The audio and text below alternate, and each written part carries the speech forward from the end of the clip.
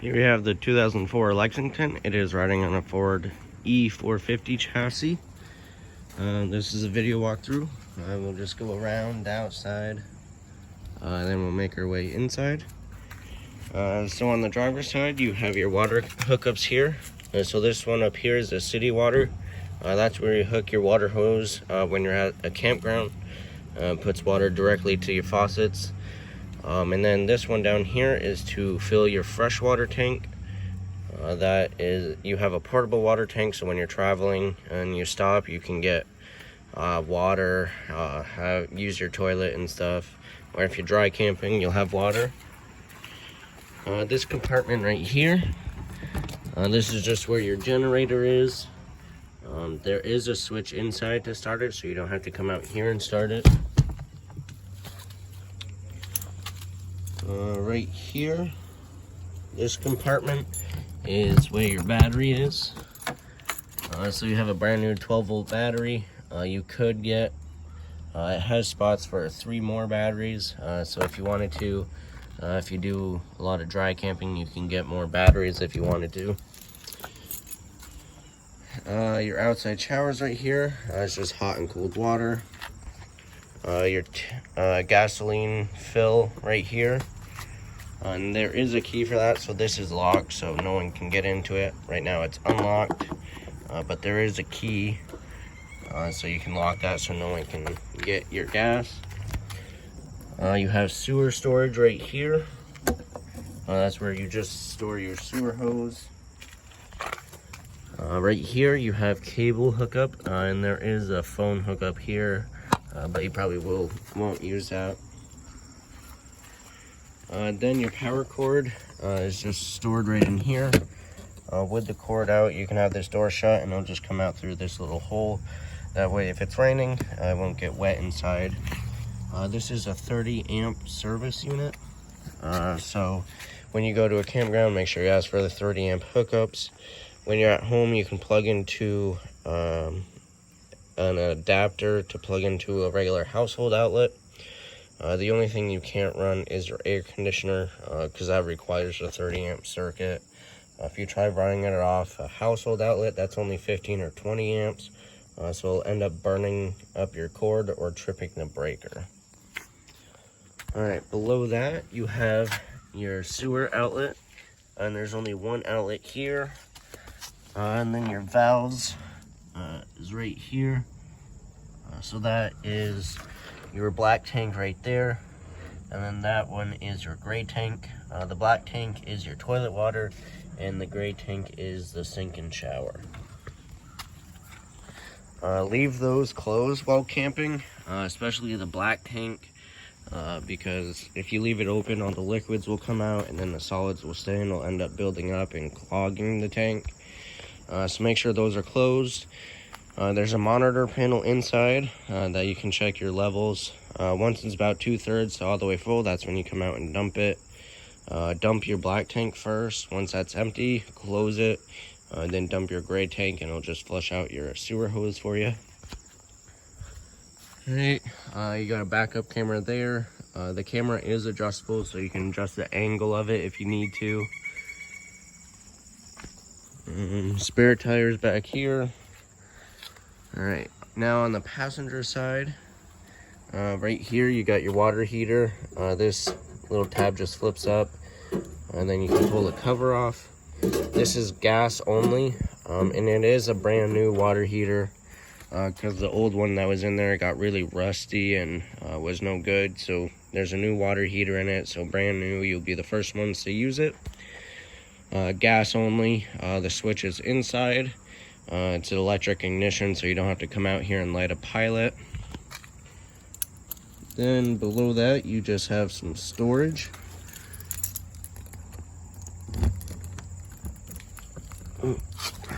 Just like that. Just a small little storage compartment. Alright. Then here, this is just outside speakers in there. It looks like another outside shower, but it's just speakers in here. It's covered, that way the speakers don't get ruined. Then right here you just got some outlets. This is the back of the fridge.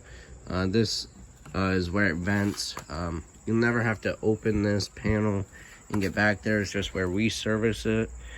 So you'll never have to worry about going back there. Then right here, this is the exhaust for your furnace. And the previous owner put these little bug screens on it. That way no bugs and stuff get inside there. This gets pretty hot when using it, so make sure you don't touch it, and definitely don't put anything in front of it, because it will burn or melt whatever it's in its way, and it will disrupt the airflow, so it won't run properly. So just stay clear of that when using it. Then you got more storage here. The previous owner left a sewer hose in here. It looks not fairly used, but you can get a different one. That is a decent one. It's very strong and it has good fittings in it. Then you have the pole for the awning right here. And to use this, to use the awning, it's a manual one. On each arm there's little locks right here, so you just flip that open on each side. And once those are unlocked, you grab your pole and the lock right here. There's arrows on it. You can't really see it, but it's pointing up and down, and it says roll up or roll down. And you just pull the lever down, then you come over to the strap and you hook the little pole in the loop. Then you'll be able to pull it down. Alright, I'm not going to be able to open it all the way because there's another camper right next to me, but you'll pull it all the way down. You'll be able to tell when it's all the way down. There's going to be a balance that'll fold down. Once that's about vertical, straight up and down, then it's all the way out. Then you can go to each arm, and this one right here is for the support when you have the awning all the way out, so it supports the tube. It'll just slide all the way up to the top, and there's a little lock right there it'll snap into, and then you just tighten the knob, and there's one on that side as well. And then once that's all done, you have a little handle here. You just lift up and you can push the awning up, and if it's sprinkling you can put a pitch on it. But if it starts downpouring or it's really windy, just roll your awning in, just in case. Because if it's downpouring, it tends to pool in the center and it'll stretch the fabric. And this is a brand new fabric, so you definitely want to take good care of it. And then if it's really windy, when it's open all the way, it's like a giant kite, so it has a chance of taking off. So just to be safe, make sure you roll it in. And especially when you go in for the night, because you never know what's going to happen overnight.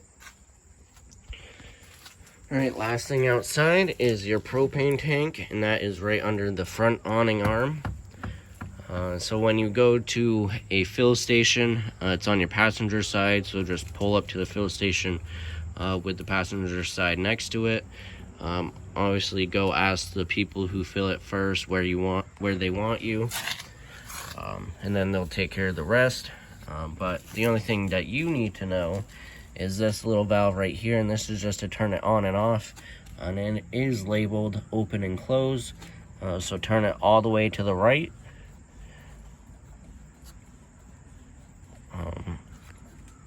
and that's off, so there's no propane going through to your stove or anything. And then to open it, you just kind of turn it slowly. You don't want to open it too fast. There is a little check valve in there, so if you open it too fast, the propane won't flow properly. So just make sure you go at a steady speed, not trying to go as fast as you can to open it. Alright, now we'll move inside. There are electric steps on here, so what you want to do, and there's a little magnet on the door, so when you open it, the steps will open. You want to open the door and let the steps open all the way. Once it stops, then you can go ahead and step in. You don't want to go ahead and step in while it's still moving out, because then you'll probably damage the motor to it or bend something. So just wait till it's all the way out, and then you're all set to go in. You do have a screen on this door, so if you wanted to, you could leave the door open, and then you can just open the screen, and then you can let the air in, and then open it back up. All right, walking in, just to the right is your fire extinguisher. Always a good thing to know where that is. To the left, you have your propane and carbon monoxide alarm, and this is hardwired into the battery, so it will always be on. If your battery starts to go dead, just like a smoke alarm, that will beep a little. You have a battery disconnect right here, so if you're parked for a week or two, not using it at home, there's a store button, so you just press that, and it'll shut the power off to the battery. And then when you want to use it, you just press use. And if you are going to have your have it plugged in at home to keep your battery charged, make sure this is on before you plug it in. That way your battery is charging. There's a couple switches here. This one that is white is for the step. So when you get all set up at your campsite, you're going to be there for a while, you can turn that switch off. And then every time you open and close the door, your step will stay out. That way you don't have to wait for it every time to open and close. Alright, and then a feature with these steps, if you do leave it open or leave that switch off and you go ahead to take off, as soon as you start that engine, these steps will go in. That way if you forget to turn that switch on to have them come in, as soon as you start it, it'll come in. That way it's not hanging out and might get damaged. The last switch right here, just for the outside light right there, the porch light. Alright, you got household microwave. You got your stove cooktop right here. You will need a lighter to light this. All you do is just turn it to light and light your lighter, and it'll fire right up. You got a stove top light and fan, some storage, and then you got some lights above the sink right here. Your double basin sink right here, and there is little covers, that way you can have more counter space if you're cooking, and then just remove it, and then you got access to your sink. Hot and cold water here. All right. Then you got your control panel and monitor panel right here. So this section right here is your monitor panel. You just press each button, it'll tell you how full your batteries are, or how charged your battery is, and how full your tanks are. So your propane tank is full, your battery is charged. Freshwater tank does have some water in it because I went through the whole system. And then your black tank, it does have some stuff in it, but it will be emptied. And then your gray tank is empty. Alright, this switch is for your generator, so this is where you start it, and it does have an hour meter. To start the generator, you first press it down to the stop prime. You'll press it and hold it until that red light comes on. Just like that. Now it's primed. Then you can press start. And now it's started. It'll take a couple of seconds to get warmed up, and then it's once it goes through its process, then you'll have power automatically to your outlets and all your 110 system. It just takes a couple seconds to generate the power once it gets started. But once you start it, it should be no less than, I'd say, 2 minutes. At the most, I'd say 2 minutes, and then you'll have power. That is the generator. If you don't use it often, it's good just once a month to run it for 10 or 15 minutes. Just to exercise itself, so that way it is being used a little bit, and it's not just sitting there and possibly getting rusty and having gas sit in the carburetor. So once a month I would start this, just let it run for 15 or 20 minutes, then you're all set, just for it to get warmed up. All right, then you have your switches here. You got your water heater switch, So you just flip it like that. That light will come on. It'll take about 30 seconds, then it'll start to light. It'll try 3 times. If it doesn't light, that red light will stay on. If it does light, the light will come off.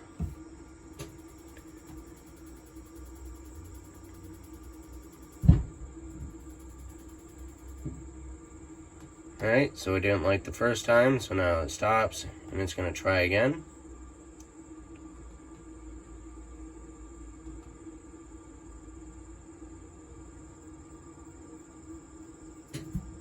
There, now it lit. It just didn't light the first time because it hasn't been lit in a week or two. So now it's lit, and you can even hear it. Alright, shut it off. If you're using your freshwater tank, you got a water pump switch here to pump the water from the tank to all your faucets and toilet. This unit is equipped with an Arctic pack. What that is there's little heating packs on your black and gray tank. That way, if you're traveling through colder weather or whatever, you can turn this on. It'll just heat the bottom of those tanks. That way it doesn't freeze. A couple light switches. You got the living room switch. That's just for that big light there. And then the kitchen light is for that light right there. Then you have a driver's side light. There's just a little light on the rear driver's side. It's just like a little scare light or whatever. Make sure you turn that off when you're not using it, because it is on the other side. That light is basically if it's dark and you gotta go dump your tank, so you can flip that on. You'll have light over there, then you can turn it off when you're done. Then you have your slide room switch here. It's pretty basic, in and out, and it will stop on its own when it's all the way in and out. And basically it's just that couch bed right there with the little closet on it. So you press and hold out.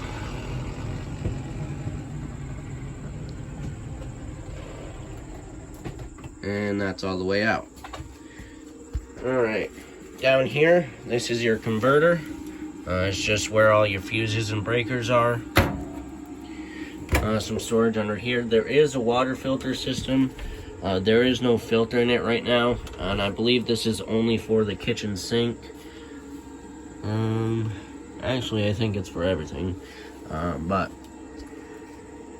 So there is a filter system there. So if you wanted to, you can get a filter for that. And the little handle to take the canister on and off. Right behind this door is your bathroom. You got your toilet here. There's a foot lever on the left side to flush it. You just press it down. If you press it halfway, it'll add water to the bowl, and if you press it all the way, it'll flush it down. With these toilets, not like a household toilet where when you flush it, it has a whole tank that it dumps the water down into. So this, you might have to add quite a bit of water when you're flushing it, just so that everything goes down to the tank. And with these, with any RV, with the toilet, we always say more water is better. That way everything will flush out. Alright, then you got your sink, light switch here. For those lights, you do have a vent with a fan in it, and that red button is for the fan to turn on. Then you got your shower, hot and cold.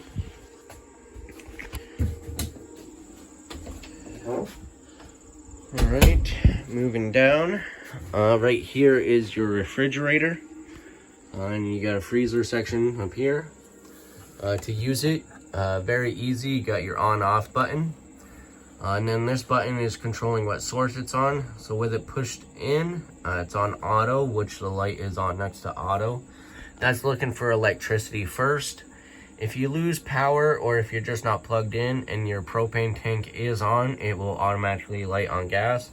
That's why it's called auto, because it will automatically be on running on something. And then if you are plugged in, but you only want it on gas, you can push that button, it'll pop out, and then it'll light right up. If it doesn't light, the light next to the check will come on, meaning it didn't light. Then you just got some storage. Then you got a little closet here with a little basket thing that comes out. Let's see, where is this switch? So right down here, to pull this out, right now it's locked, so it won't pop open while traveling. There's a little trigger right here, you just press that and then you'll be able to slide this out. It's like a little pantry kind of thing. Oh, so the previous owner had a new filter right here, so that's for the filter system underneath. And then right here is a little filter. So for your city water, you can hook your hose up to here and then hook it up to the city water connection. Then you'll have a filter from the city water from the campground before it goes into your RV. That way you don't get particles and stuff inside your water lines. So it's a nice feature. And then they just had some extra parts that I left in, and then a little valve right here. And then there's this little board right here. So when you are set up and you're gonna be cooking, you can take this board right here and you can just lay it down right over this step. And then that way you'll be able to step and cook right here. I wouldn't put all your weight on it because there is no support in the center. But you can put 1 foot on it. That way you're not standing off to the side like this and trying to cook. You can kind of stand square with it and you'll be able to cook comfortably. And then just take it off. And the door does shut with this in. But it is a big step if you leave it there and go in and out. Alright, so you got a little closet space here. And there is a place to hang things. And a little drawer. And then the couch right here, it's also your bed. So you just lift up on the bottom. Actually, you gotta take these sides off first. So they just pull up. If I can do it one-handed. I'll set you down for a second. Okay. So there is a little post right here that goes into that groove that just holds it there. So this is the armrest while it's in the couch. Once those are lifted, then you can pull the bottom, lift it up. It's a jackknife sofa basically. So you lift it up and it'll fold down, kind of just like a futon basically. And then underneath, there's more cushions right there. So once you remove these side ones, flip down your bed. You can put those cushions underneath on the side. That way it's kind of like a headrest kind of thing. They're a lot smaller. It's to protect the sides. All right. Push that back down. So you have passenger seating here. You got 3 seats. Then here, there's 2 seats here. The other buckles must have fallen in. Actually, there's 2 there. The other parts that click together must have fallen. So there's seating there. There's a little sticker there. This is not for passengers while traveling. There's cup holders there. This table does fold down and make into another bed. So you just push this arm up and then lift that back end down, or that back end up. Then it'll kind of pull down and rest on these boards right here. And then you can put the cushions over it. Some storage, lights right there. Then your thermostat for your furnace is right here. It's just a little dial. You have a radio. It's also your CD player. And if you have tapes.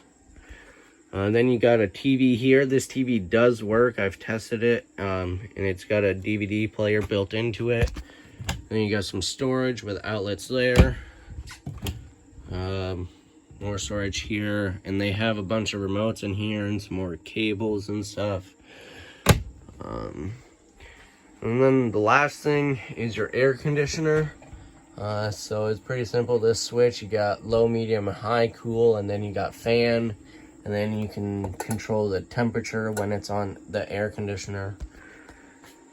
And then just another light right here. And that is everything to do with the 2004 Lexington.